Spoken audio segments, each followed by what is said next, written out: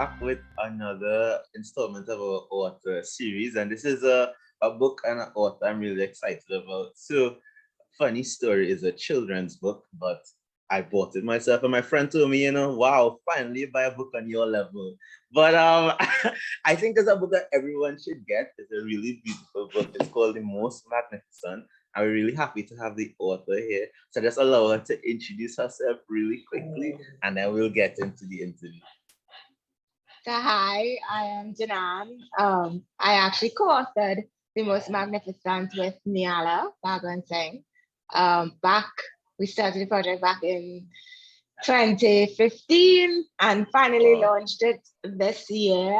And it's been a wild ride. It's been a magnificent ride. Yeah, lovely. Awesome, awesome. So would you say you were always a writer, or if not, what got you into writing? I know some people they've been writing like since childhood, and then some people over the pandemic it was something that was actualized.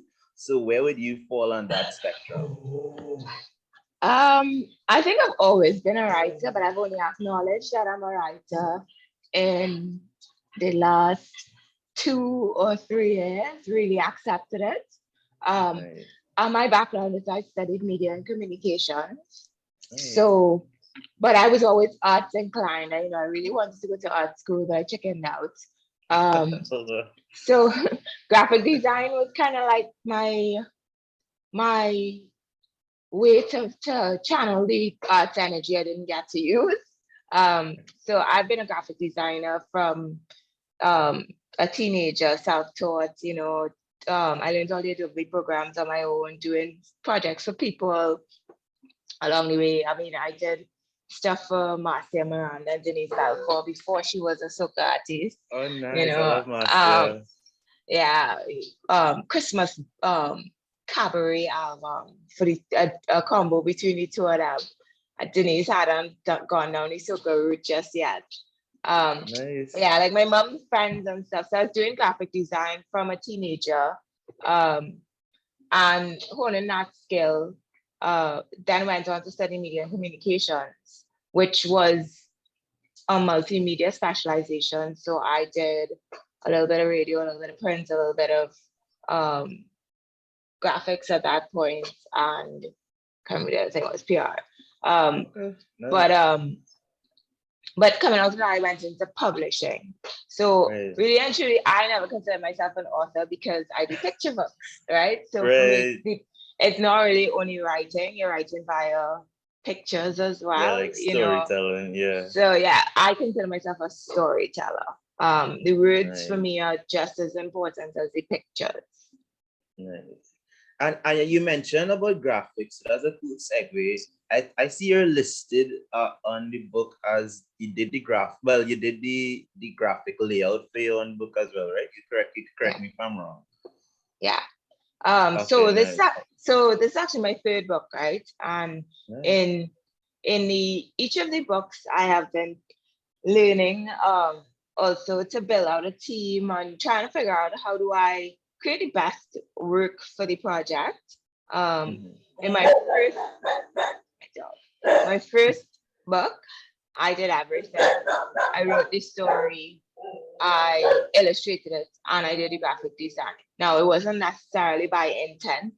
I had written a synopsis of the story, and I started to write it out um, with the intention of bringing on a writer. And I started Right. to storyboard it with the intention of getting somebody to illustrate it. And I was going to be the graphic Right. designer. And then by the time I realized I'd gotten tired away, the book was nearly done. So that was the Oh, first, wow. yeah, the first project. The second, I um I did writing and design similar to this, the most magnificent.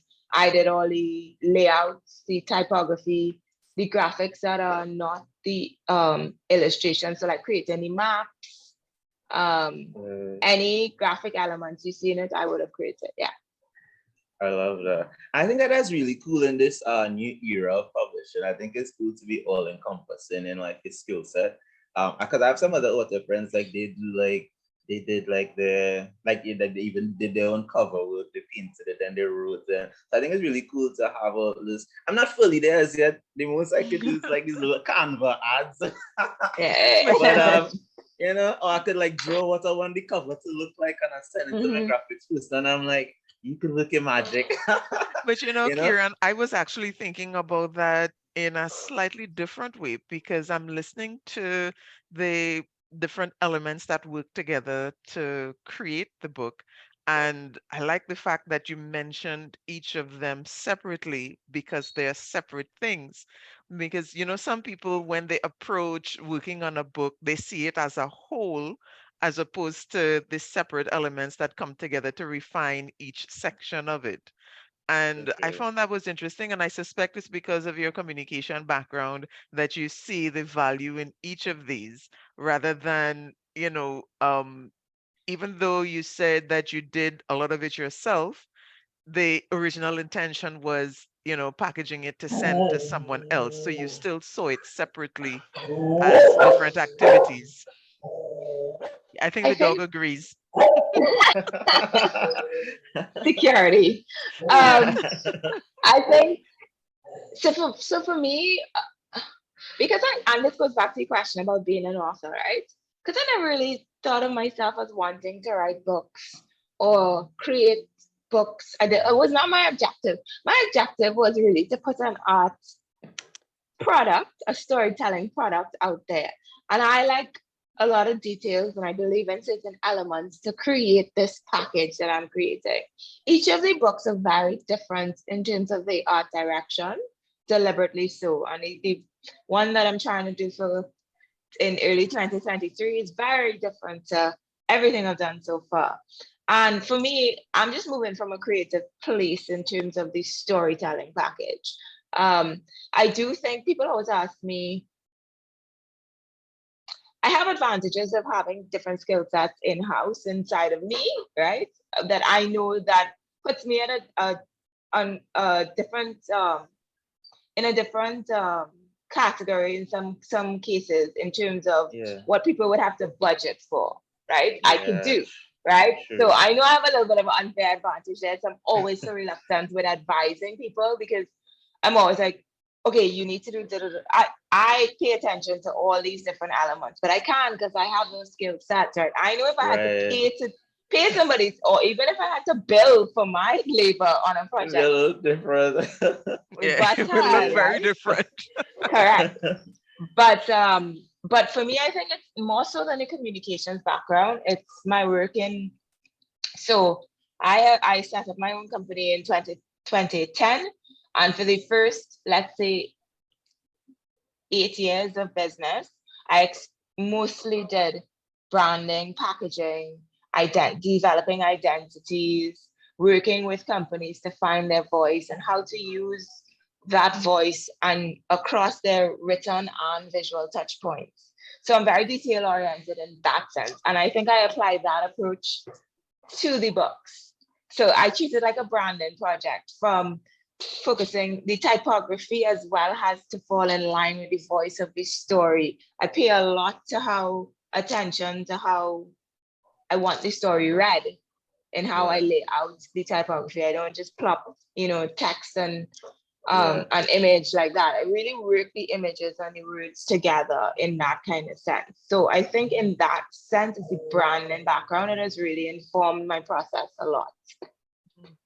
I Yeah, love that. And yeah. I'm seeing like the visual of the book. So like when you say that, it makes sense because it kind of like just solidifies what you see in the book itself. So that was good to hear you say that.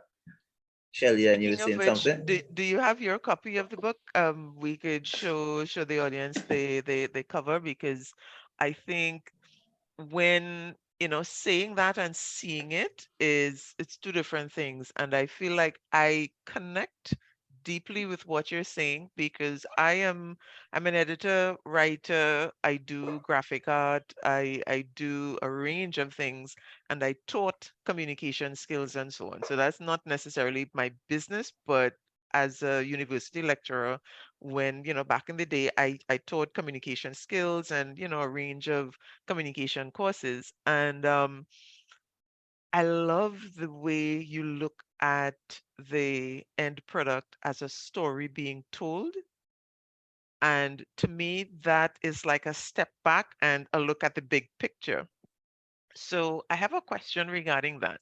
Since it's a story being told, what is the aim for the story? Because this is a children's book, right? And all the books that you're working on are children's books, although they appeal to the child in all of us, as we have evidenced with Keeron and many others, I'm sure, who will buy the book after today. Um, Guilty. but what's the aim and the message then?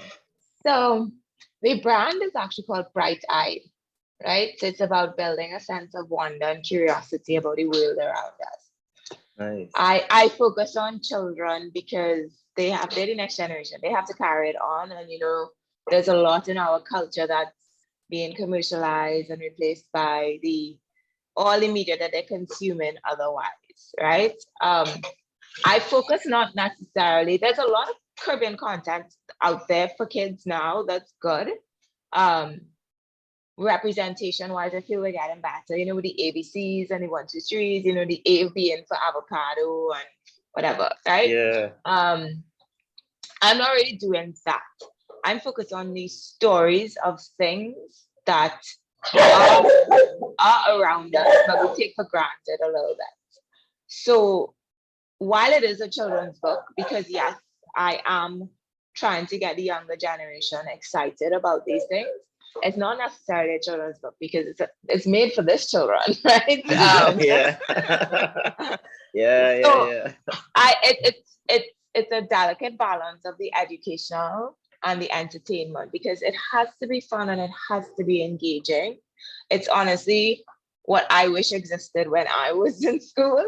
So I don't necessarily, I write it for children in terms of it being fun and making sure it's relatable, but I also write it for people like myself to know, because I didn't know anything about the reason, the Magnificent Seven topic piques my interest because I wanted to find out more about the buildings, and I realized the only information I could find really was like when they're built, when were they added to the trust in terms of protection, when were they refurbished, well, who was the architect, that kind of thing. I was like, yeah, but people live in these houses.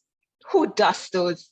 Who dusts and who polishes those banisters and So I wanted to find out more about the people behind it. And I thought, okay, are these just opulent houses, right? Because I mean, obviously the history of it is that it's cocoa and coconut, not necessarily sugarcane money. And one was built as a bragging match against the other to show the grandeur, right? I know there's a lot of uncomfortable topics around that time. So I was like, are these buildings, should they be protected? Are they really just a sign of rich people, thing?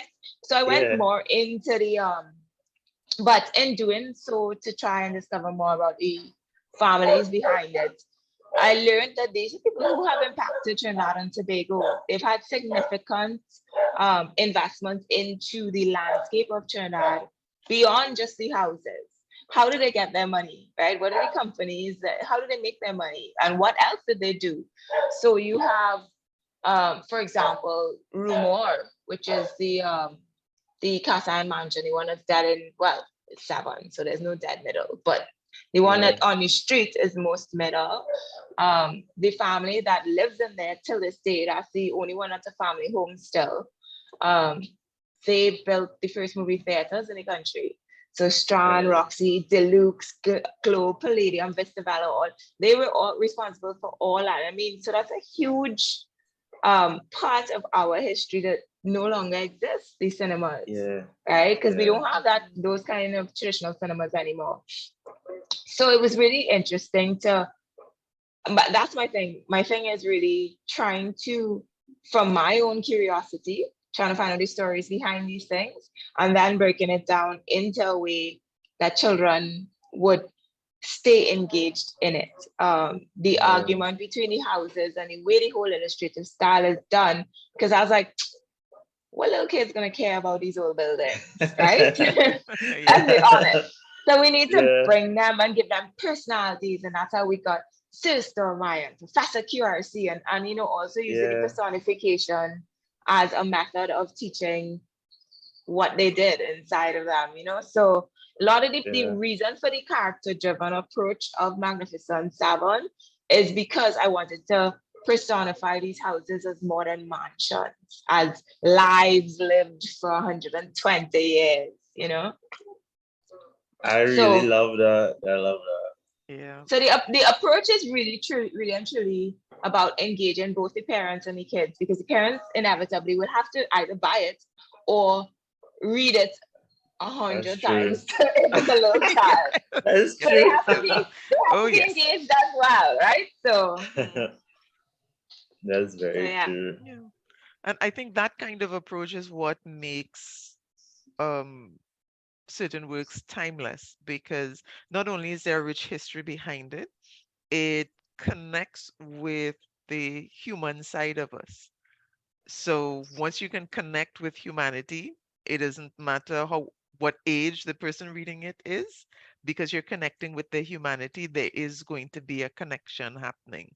And I Yeah. feel like that is the way, you know, all children's books really should be, because we're not meant to, you know, engage only at a certain age, as you mentioned, and not just the parents. You want the child to be able to grow with it and have that memory and still be able to connect with it after years of reading it. Every time they go around the savannah and they see one of the buildings, they can say, I remember my childhood story, you know, and that kind of longevity in the connection, I think it it helps carry the message forward.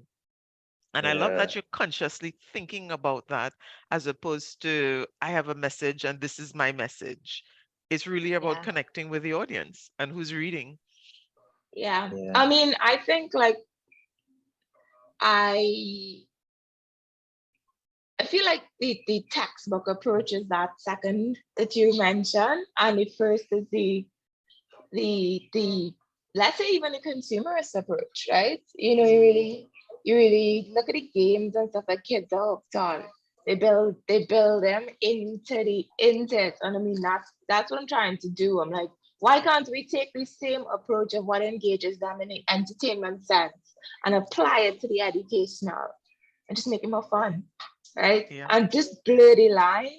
You know, Trojan horse your way in Yeah. is my it's always my philosophy. So I love Yeah. the I Yeah, well, love I'm that. I'm And all that's about it. that whole multisensory approach as you're Yeah, talking I about, do. because I teach creative writing to the younger students, and that's the entire thing. For me, writing is taught in such a scholastic way that it separates students from the beauty of writing, which is the communicative aspect. And in order to really engage with that and, you know, regain some of that curiosity and love and joy, and, you know, just basically looking at writing as a medium of communication and not a thing in and of itself that's painful. yeah, So it I I hear you, and I am so glad that we're having this conversation so that we can share that message as far and wide as possible and really engage with the younger ones and the parents who have the major influence on the younger ones, because it's important that they see life as, you know, something to be curious about. Even yeah, buildings who have personalities Yeah. and have been around for hundreds of years. yeah, Yeah, yeah. definitely. I And mean I it's think that, it yeah, you go could. ahead. No, I was gonna say that how it's interesting what you just said about, you know, about the creative writing, right? And I don't knock the system because the system exists because we have, you know, scarcity and you have to spread a little bit over a lot, right? So, you know, so standardized testing has made us have to focus on the grade as opposed to the learning, right? Um, but the you keep hearing about like reading for pleasure or writing for pleasure, right? And how can you and it's something I'm so conscious of even in, as I move right now. I'm moving from just doing the production of the books into creating experiences around the books. And I'm so careful and try to not make it feel like lessons because Mm, or school in the same way because I feel like sometimes we have that extracurricular approach that just feels the same as the school approach. And then, like, and I mean, again, it's around that exam-based producer results, right? But it's like recently, I just came back from Tobago. I hosted eco corner for kids within an eco village. Or on my first book, which is on the Leatherback Turtle, and then we did activities around it. And my friend who was helping me facilitate, they kept having to tell her, we're not testing kids on if they listen to the story, right? Because that takes away the pleasure of listening to a story, Yeah, it's very fun. yeah, we can ask them random questions like what do turtles eat or how tall do you think a turtle is or whatever, but not, what was the not like a comprehension exercise. That's just not a place for that exercise. If it's about the joy of storytelling and listening to read aloud and stuff, let's just keep it on that level. We did an activity after where they made little medals because these stories about a race. And it was just fun and crafty, and they told us all kind of stories about when children, they tell you about a turtle they had however long. So but you know what, that kind of that storytelling is creative writing. And right, if I tell you, don't tell me the story and write it to me, it becomes inadvertent. They're the same lesson approach but in a different meandering path, right? And that's what I'm constantly trying to do. Not to change how your mindset approaches learning, right? We just did the exhibition at the castle, and we had a workshop series that ran with it, and we let them write whatever they wanted. They made a newspaper. They wrote saw that. That looked cool. Yeah. Three highlights of their year. One child wrote about riding the banana boats by Pigeon Point. Playing video games and whatever it was. I mean, that we had little ones who had to draw their pictures, and the whole picture was just a scribble, and we were like, that is the most exciting scribble we've ever seen, right? You do you. But that, I mean, to foster the creativity, it can't always be coloring within the lines, Yeah. So, and it's like they're learning without even realizing that they're learning, which I think. And I think that's was really beautiful about this book. And again, like when you mentioned, when you personify them, like that's really innovative and powerful way, because then it's like you're connecting to these humanistic qualities. Because I always see buildings and you just see them as buildings, but seeing them as humans, I mean, they're not humans, but then like I feel like I was seeing them for the first time through the book, if that makes sense. Because it's like I get to like share their stories. And Shelley-Ann knows that like with my writing, I try to use like a lot of personification. So perhaps that's why I connected to the book. It almost had like not poet, but like as like a storytelling through the through the building, which I thought was so cool and innovative. And again, it connects to the whole thing with like learning without even realizing you're learning. And it's like by the time they finish, you're like, oh my god, I just learned all of this. But it was like you kind of like trick them into, well, not trick them, but right, it's too late. They already learned all the information. I was like, how do you get a toddler or somebody under 7 to connect with an old 120-year-old building? So I mean, they were personified not only using what they are used for in their personalities, but also as grandparents. Little creeps and groans and little forgetfulness and a little this and that. I mean, I was writing the project alongside my grandmother, who I was taking care of, and she eventually passed. And I used to listen to all her stories, right? And I feel like there's little nuances inside of there where one of the houses, Neil Fleurs, dozing off, and the kid asked if she's asleep. And she goes, no, I was just wrapping my shutters. That is like a ripoff of my grandmother. She would always be like passed out sleeping in the middle of everybody and be like, Gran, you fell asleep, or like sleeping on herself. And she would be like, oh, no, I was just resting my eyes. I'm like, okay. My mom says that. That's cool that you said that, because I feel like now I'm even more so connected, because in my second book, I mentioned that like a lot of the things I learned about our culture was from my granddad. He was such a Yeah. talker, never stopped talking. Even when I'm late for work, I'm like, I'm going Frederick Street. And he's like, Frederick Street in 1965. I built so and so building. I'm like, Grandpa, I have to catch the maxi, and that's okay. So I can kind of definitely relate to like all this. I was late for work all the time, but now I have the memories of all the stories. So I was like, I'll take it. But and that's the thing. That's the thing where so my thinking was like, how do I get people to, from a wealth perspective, we can't relate to those houses, right? Like, well, I don't know about you, but I can't relate to those houses, right? So like from the wealth perspective, you can't, the opulence you can't, but definitely as older people who need a little dusting off and the long stories and all that's built into the book, a little bit of rambling. I mean, like literally the children ask her, what makes you think you're the most magnificent? And she starts to go on about Trinidad and Tobago was really different back then. There were tram cars around the savannah, and you have all the old stories, So and I learned that from the book. Yeah. It's definitely likening them to grandparents. So then you get the empathy, Definitely. And they relate. And I love that they kind of interact and they like kind of like bicker with each other too. It's so funny, but it's cool, it's creative, Again, they personified, so it kind of makes you think about like that kind of like sibling bickering or like some like friends, so that's cool as well. Old friends who we've known each other for like a century now, so I could say what I want to say. Correct. That's literally it. Correct. Yeah, that's literally it. Oh, So what's next for the most magnificent? Because you do like so much fun, creative things. So what's next for like the most magnificent itself in terms of like all these fun things? Or do you plan to like curate this for other historical landmarks?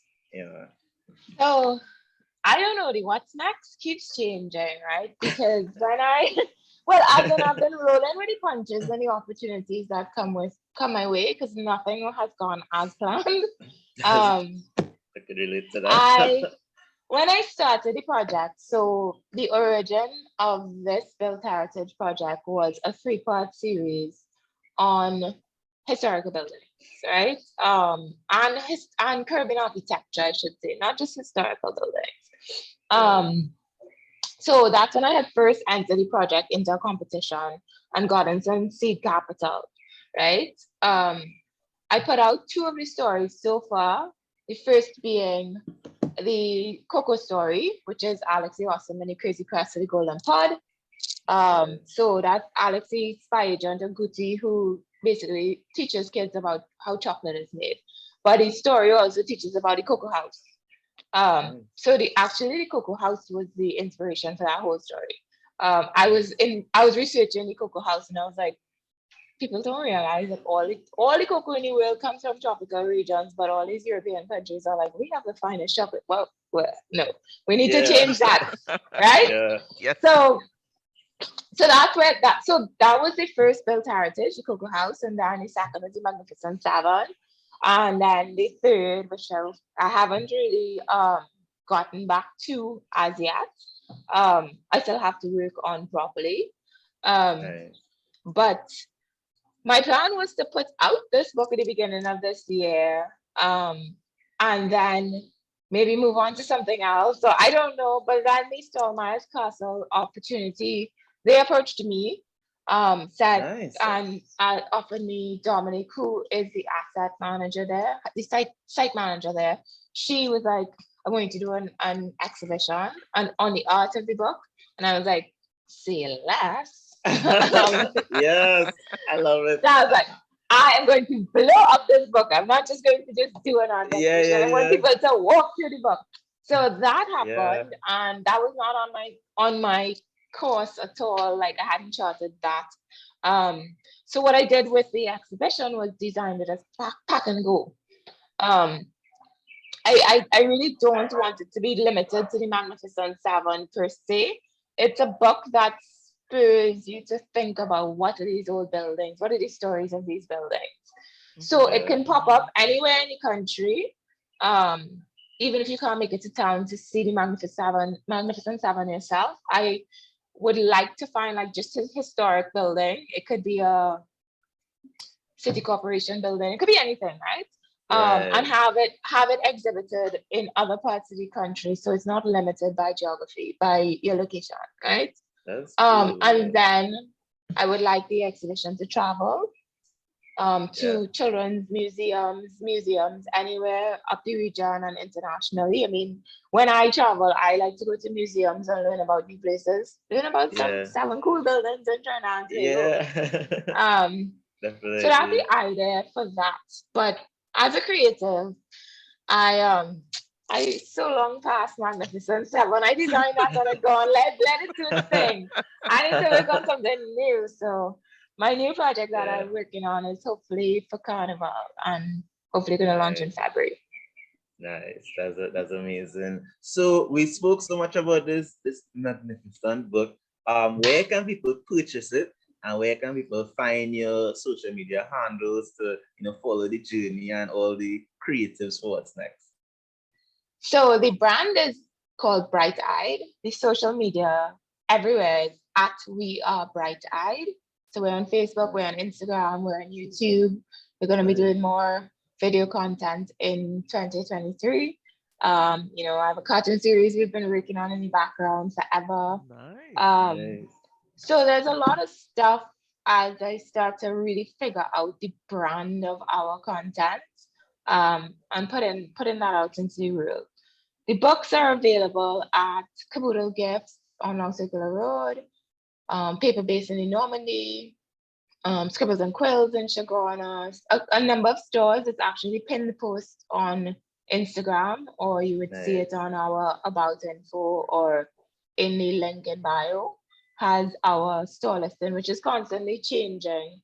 Because That's amazing. distribution is another thing you have to figure out. I tried to put the book Sure. everywhere, and then you realize you're spreading your stocks in, and people go to Yeah. certain places for certain things. So Yeah. that I am reshaping right now, and hopefully going to be relaunching my e-commerce platform as in my own store, as opposed to really putting it on all the marketplaces. I think we need to have a little bit more control over our online space. So all That's of so that is true. on the profile. The best way to find us is at We Are Bright Eyed, and we keep it up to date with wherever we're at and what new stores we're adding. Wonderful. That's amazing. So this has been a beautiful interview. Shelley-Ann, is there anything you wanna add before we close off?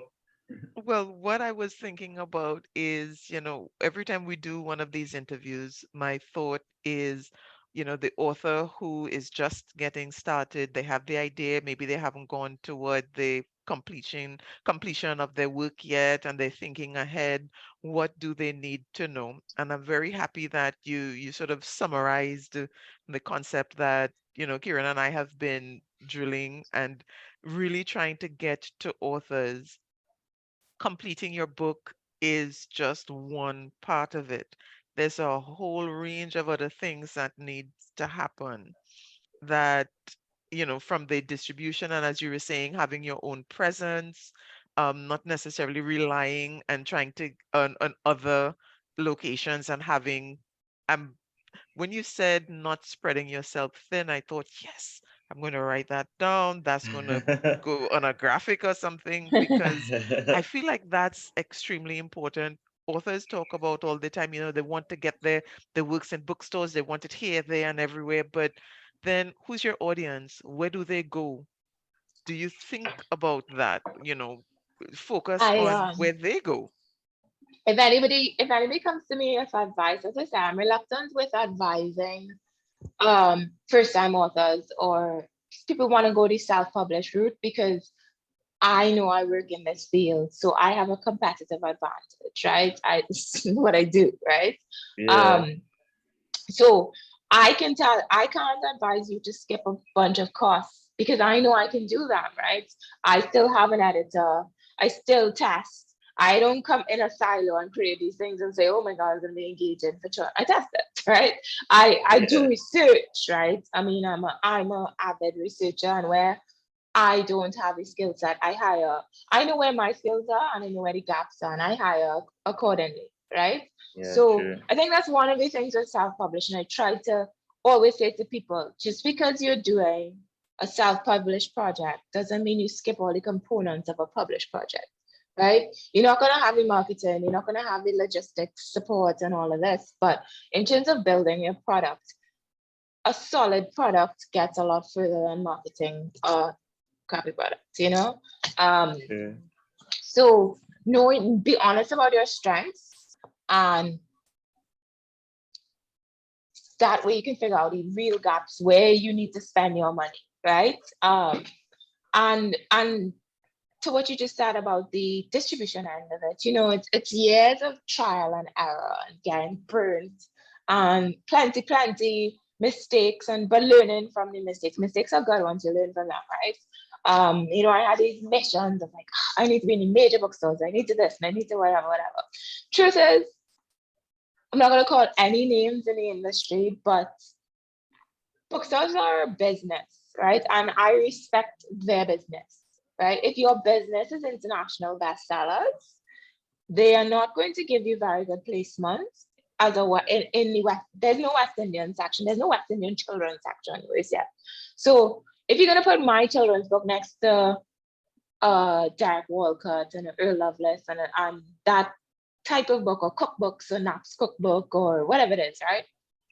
And then there's a whole children's section of um Junie B. Jones and whatever it is, all the cool stuff, right? That kids want. That if you go into a birthday party and you're gonna buy a gift, you're gonna go to the kids section. You're not gonna be meandering next to Dark Walker trying to find a children. So your placement then dictates your sales, right? So you can put your stuff in these stores, but it doesn't move, right? For me, at least, I found it didn't really move where I could take the same amount of stock, put it in a West Indian bookstore like Paper Base, right? Where people who are going there are looking for this kind Yes, of content. specifically for this. And Yeah. then I take the money, I take my effort and I focus on saying, hey, go to Paper Base, go to Paper Base, go to Paper Base, my marketing effort. Rather than saying, go to Paper Base, X bookstore, Y bookstore, Z bookstore, just say Paper Base, and then you don't have people running all over the place. You know what I mean? Yeah. So the trying to be everywhere thing, there are benefits, yes, in terms of ease, and I know some people will be like, oh, all your stores are mostly, let's say, West or whatever. I'm like, well, find me somewhere in East that appreciates West Indian, and I will do it. But I have put it in locations just to be East or South or whatever that don't align with the type of content, and it's been it's been it's a small business, right? And you have a limited inventory and you have limited cash flow. So if I have, let's say I had 20 books and I split up 2 books here, 2 books there, 2 books there, 2 books there, whatever. The 2 in paper-based sellouts, and then it's 2 books sitting down in a store wherever that nobody's ever gonna find. Yep. Makes more sense I put Yep. all Yep. 10 Yep. in, somewhere where people want to be and send people there. So that's always my advice to um younger authors in terms of doing your distribution. Being everywhere does not necessarily mean you're getting to the right audience. Yeah, that is complete solid advice. And I think it's the perfect note to end on, because that is what I want the viewers, because that's the audience that we're targeting, up and coming authors. They're looking at authors who have been there, done that, have been published, so that, they can learn lessons. And of course, so that's one, pay attention to that. And two, get a copy of your books. We know where to get them now. And it's Yeah. not Yeah. just this one that we spoke about, which is absolutely awesome. We have 2 others and another one coming on stream sometime soon. So we need to follow you And to pay attention to that. I'm so happy, Shelley, and that you brought up that last question. Because imagine I was gonna like rap, and then she brought up all these. She was like preaching. I was like, yo, you better preach. Like it was just facts. Because Yeah. Do you listen, have a this witness? could be, Yes. yeah, this could be a whole, actually, as you said, like maybe we could have a whole new series where like with like author truths or something like that, and like we invite you back because that is so important for authors to hear. Like I don't want to like go to me, but like this is something I'm learning as well with like spreading yourself thin. I want it to be in like every bookstore. And like now as I go into my second release, I'm like, that's probably not the best route. I could like streamline it. Actually, like have a list, I'm like streamlining, I'm like eliminating. It's like if I'm on like the weakest link or something like that, I'm like, you are the weakest link, goodbye, and then Yeah. to go to the next. So that's really powerful that you shared Yeah, all of yeah. that because I think authors really need to hear that. Because I speak to a lot of authors now and they keep asking me these same questions. So I'll be happy to Mhm. show them this interview because they're like, we want to get ourselves out there, and sometimes it's better to just streamline it instead of Yep. like, throwing it up all over. So that was really a powerful way to curtail all of this. Yep, and close off. So thank you so much. I really appreciate you taking the time. You sound extremely busy, but I it's a message, and that thrust that you're going for is important that everybody hears. So we are going to share this interview as far and wide as we can so that we can help as many people. And once it's edited and so on, you'll get a copy. So Thank you. awesome I mean, stuff. I just want to see more Caribbean literature, Caribbean content out there. We could never lobby for that shelf in those international bookstores if there's True, only my three books or of 4 or 5 of us. We need our true, section, right? true, Yeah. very true. Yeah. Yes, All that's right. so Awesome. true. Awesome. Cool. Well, All thank right, you for so having me.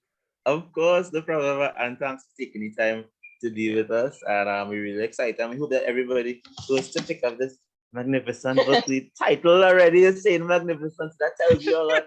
So if that you guys pick up a copy, and again, like as Shelley-Ann said, speak children and the child at heart, like me. All right. So I know you guys will definitely enjoy it. It's a really great read. So thanks again for tuning in, and we will see you in the next episode. All right, bye. Bye.